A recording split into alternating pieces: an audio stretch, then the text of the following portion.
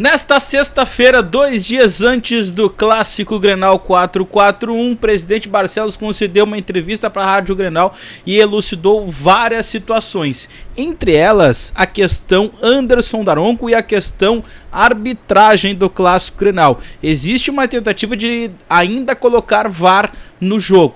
E o presidente Barcelos falou sobre o retrospecto do Anderson Daronco no clássico Grenal, e a gente vai falar a respeito disso. Além de outras coisas que ele falou na entrevista, como por exemplo a situação do Borré, a situação de Rocher ou Antony, ele condicionou a volta do Rocher, e a gente vai falar também a respeito disso. E é claro, eu também quero falar sobre a entrevista coletiva. Acabei de voltar lá do CT Parque Gigante. O que falou Bruno Henrique? Deixou alguma pista de quem vai jogar? Ele falou a respeito de Maurício, mudança de posicionamento e também sobre favoritismo no clássico Grenal. Mas antes, eu preciso que você se inscreva no canal, curta o vídeo e ative as notificações para o canal do Lucas Fontes continuar crescendo. Beleza? Tá certo? Vamos para os assuntos. O presidente Alessandro Barcelos concedeu uma entrevista hoje na manhã. Ontem também ele concedeu uma entrevista para o pessoal do Vozes do Gigante. Então eu meio que fiz aqui uma junção dos dois. Na verdade eu peguei uma palavrinha do que ele falou pro Vozes ontem, porque hoje ele entrou mais em assuntos clássico Grenal, arbitragem e tudo mais, tá? Uma situação que ele falou, que ele foi questionado, foi a respeito do VAR. Existe uma tentativa em conjunto de Inter e Grêmio colocarem VAR no jogo do domingo. Só que tem uma grande questão aí que tá pegando. O regulamento do Campeonato Gaúcho nesse ano impõe que se não tem VAR num jogo, não pode ter em nenhum outro jogo da primeira fase, porque o ano passado os clubes do interior reclamaram de algumas situações de arbitragem, e aí veio à tona aquela situação: poxa, no meu jogo lá eu fui prejudicado e naquele meu jogo lá não tinha VAR, e aí no Grenal tinha VAR. Pois bem, por que não tem VAR nessa primeira fase do Campeonato Gaúcho? Porque os clubes do interior não têm grana para bancar VAR em todos os jogos da primeira fase. São 11 os jogos da primeira fase e isso seria muito caro para os clubes do interior. No ano passado e em outros anos, a dupla Grenal, como ela é melhor, tem maior investimento, tem mais grana, os clubes da dupla Grenal foram lá e pagaram pelo VAR, por exemplo, como no ano passado. Teve do Caju também ano passado. Só que nesse ano a federação optou, né, justamente por conta dessas reclamações dos clubes do interior, se não tem VAR em todo o campeonato, não pode ter em um jogo. O VAR vai entrar apenas em outra fase, na fase do mata-mata.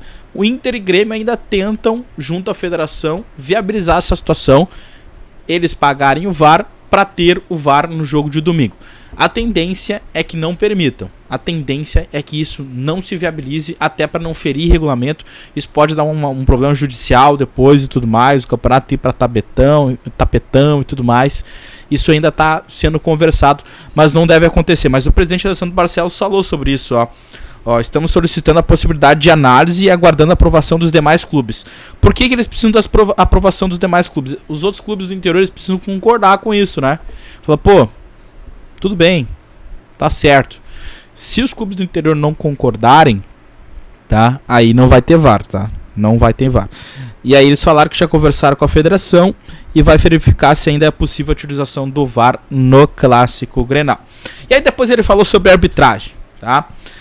E tem uma questão que tá pegando aí, que tá circulando aí nas redes sociais, que os números do Anderson Daronco no clássico Grenal, eles são ruins pro Inter, né? O retrospecto do Anderson Daronco pro Inter é ruim, porque nos jogos que o Anderson Daronco apitou, deram mais vitórias pro Grêmio do que pro Inter, né? Ao todo são 4 vitórias pro Grêmio e uma pro Internacional.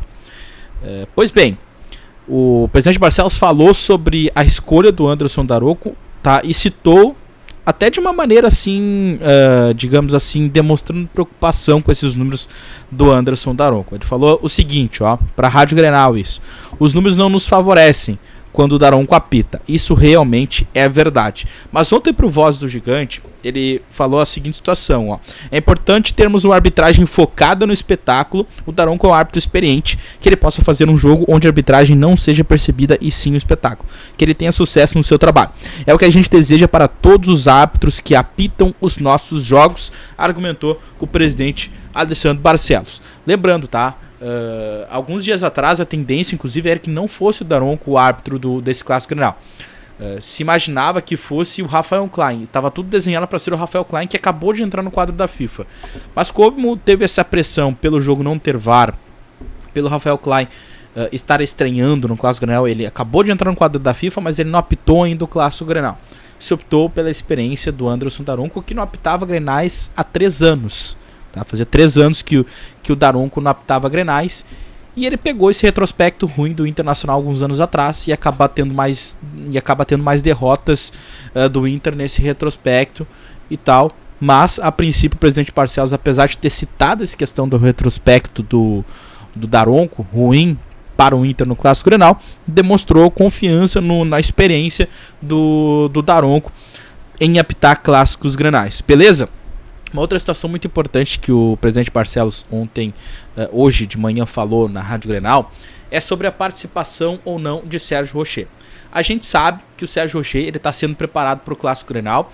Desde semana passada, quando a imprensa sai, e eu participei de muitas atividades acompanhando o treino de perto lá na imprensa, quando a gente sai, a gente acompanha o treino geralmente por 15, 20 minutos, o Rocher vai ao campo para realizar treinamentos. E aí ele foi questionado a respeito da participação do Rocher ou não, e ele falou o seguinte, deixa eu dizer que ele condicionou a participação do Rocher a uma situação. Vocês vão entender aqui, ó. Ele disse assim, ó, se for para colocar, ó, se tiver que optar entre dar mais tempo de recuperação ao Rocher ou colocá-lo nesse jogo, eu voto pela recuperação. Mas é uma decisão que não está tomada. Ou seja, me pareceu aí que há um debate dentro do Internacional, porque olha o que ele relatou. Eu voto pela recuperação, como se isso fosse debatido de uma certa forma. Tá? A impressão que eu tive com essa fala do presidente Barcelos é que ainda existe uma dúvida entre a participação do Rocher ou não, tá? E ainda estão vendo se ele está 100%. Se ele não tiver 100%, não vai para o jogo. É isso que o presidente Barcelos deu a entender aqui na fala. Eu ainda fico com a informação do Jarvin, eu ainda fico com a informação do Vaguinha, de que ele vai para o jogo, relatando essa confiança dos meus colegas que trouxeram, sobretudo do Jarvin, que é meu colega no canal do Baldaço. Mas, pelo menos aos microfones, o presidente Barcelos deixou essa dúvida aí, se joga Rocher ou não. Quero saber de vocês, o que vocês acham. Vale mais a pena colocar o Rocher, que ainda não está 100%, ou colocar o Antony 100%? Quero que vocês coloquem aí nos comentários. Outra situação que ele relatou, foi sobre o Rafael Borré. Sobre a liberação do Borré. Que, segundo ele, está muito próximo. Pode acontecer, inclusive, na próxima semana, tá? Olha só. Nós vamos aguardar esse período que já está muito próximo. Acredito que na próxima semana já possamos ter ao menos uma nova posição do Werder Bremen. Lembrando, o Clemens Fritz falou na entrevista também no final de semana passado que eles iriam conversar com o Borré e que essa decisão ela seria tomada no final do mês. Então está casando aí com o que o presidente Barcelos relatou a respeito do Borré. E o Bruno Henrique hoje concedeu uma entrevista coletiva. Aliás, o Inter voltou a fazer isso, né? Porque há muito tempo não se tinha entrevista coletiva antes de jogos. O Inter vai começar a tomar essa medida até para aproximar mais jogador com torcedor, imprensa e tudo mais. Então o Bruno Henrique deu uma bela entrevista coletiva hoje pra gente. Falou sobre situações importantes. Ele que vai ter o seu primeiro Clássico Grenal. Ele que tá em muito boa fase. E até na pergunta que eu fiz pra ele, eu relatei que ele era um dos melhores jogadores do Campeonato Gaúcho, que ele é um dos melhores jogadores do Campeonato Gaúcho. Ele até me agradeceu ali e tal. E eu perguntei, e outros colegas perguntaram a respeito do posicionamento, porque a gente queria tirar dele uma resposta para ver se jogaria Bruno Henrique junto com o Maurício no time para tirar o Alário. É claro que ele não chegou a dizer, né? Não iria dizer, mas ele deu algumas pistas. Ele fez questão de dizer que como o Maurício entrando no time, ele vai deslocar o Bruno Henrique de volta para a posição mais central na frente do Arangues. Ele até relatou ali uma mudança de posicionamento, uma mudança também de função, porque é uma coisa jogar no meio, uma coisa jogar um pouco mais aberto. Então ele deu algumas dicas ali e ele relatou que não fica desconfortável em voltar à posição que ele jogava no passado na frente do Arangues, dando aí um indício de que realmente o Maurício pode entrar nesse time. E o Maurício entrando ali na meia direita, o Bruno Henrique volta mais ao meio. Até perguntei para ele, tu não te sente desconfortável de voltar para essa posição sendo que tu tá muito bem nessa posição de meia direita. Ele falou, não tem problema, tudo certo, é a posição também que eu sempre joguei na minha carreira e tá tudo certo. Então foi isso que ele falou. E outra coisa que ele falou também, ele rechaçou o favoritismo. Foi perguntado sobre favoritismo, ele falou que não tem favoritismo, que ele tá ciente do time que o Inter tem, mas que do outro lado tem um grande time, tem um time que é bom e que precisa ser respeitado. Então o Bruno Henrique rechaçou essa questão de favoritismo, pelo menos aos microfones. Beleza, gente? Comenta aqui o que vocês acharam a respeito disso. Tô muito curioso para saber de vocês a posição de Rocher ou Antony. É melhor colocar o Rocher ainda não recuperado ou colocar o Antony 100% em detrimento disso? Quero saber de vocês e eu aguardo vocês amanhã no Café com Fontes às 10 horas. Valeu!